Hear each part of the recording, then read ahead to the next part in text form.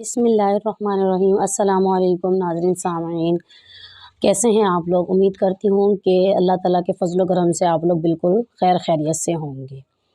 आज का टॉपिक बहुत इम्पॉर्टेंट है, ख़ास तौर पर उनके लिए जिनके बच्चे अभी छोटे हैं, लेकिन बहुत से वालिदैन ऐसे हैं जिन्हें पता ही नहीं है कि बच्चे को कौन सी एज से पढ़ाना शुरू करना चाहिए। मेरे तजर्बे के मुताबिक मैंने जब अपने बच्चों को स्टार्ट किया था तो वो तकरीबन 2 साल की एज थी। 2 साल के बच्चे हो जाएँ तो वो तकरीबन अच्छा ख़ासा बोल लेते हैं, अच्छा ख़ासा मूव कर लेते हैं।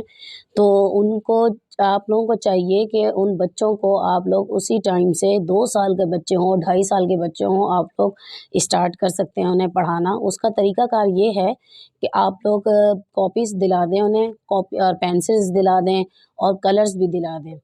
तो वो बच्चे उन्हीं को खेलेंगे भी उन्हीं के साथ और उसके साथ जो है ना पढ़ेंगे भी और कुछ ना कुछ ज़रूर सीखेंगे।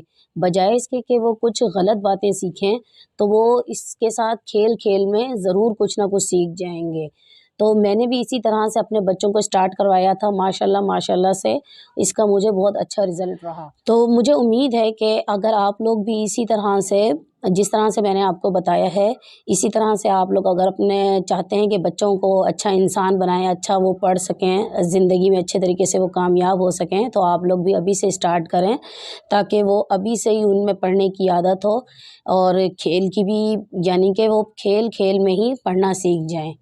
तो इंशाअल्लाह एक नई वीडियो में आएँगे और मज़ीद इस पर बात करेंगे कि आपने आगे अब स्टार्ट कर दिया है तो मज़ीद और आगे किन कौन-कौन से बच्चों को किस-किस तरह से पढ़ाना है, तो हम नेक्स्ट वीडियो में इसके बारे में बात करेंगे।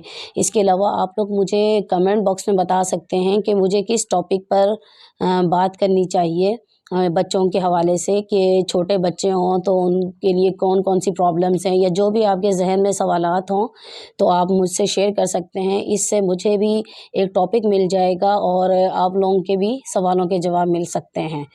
तो मिलते हैं इंशाअल्लाह नेक्स्ट वीडियो में, तब तक के लिए अल्लाह हाफ़िज़।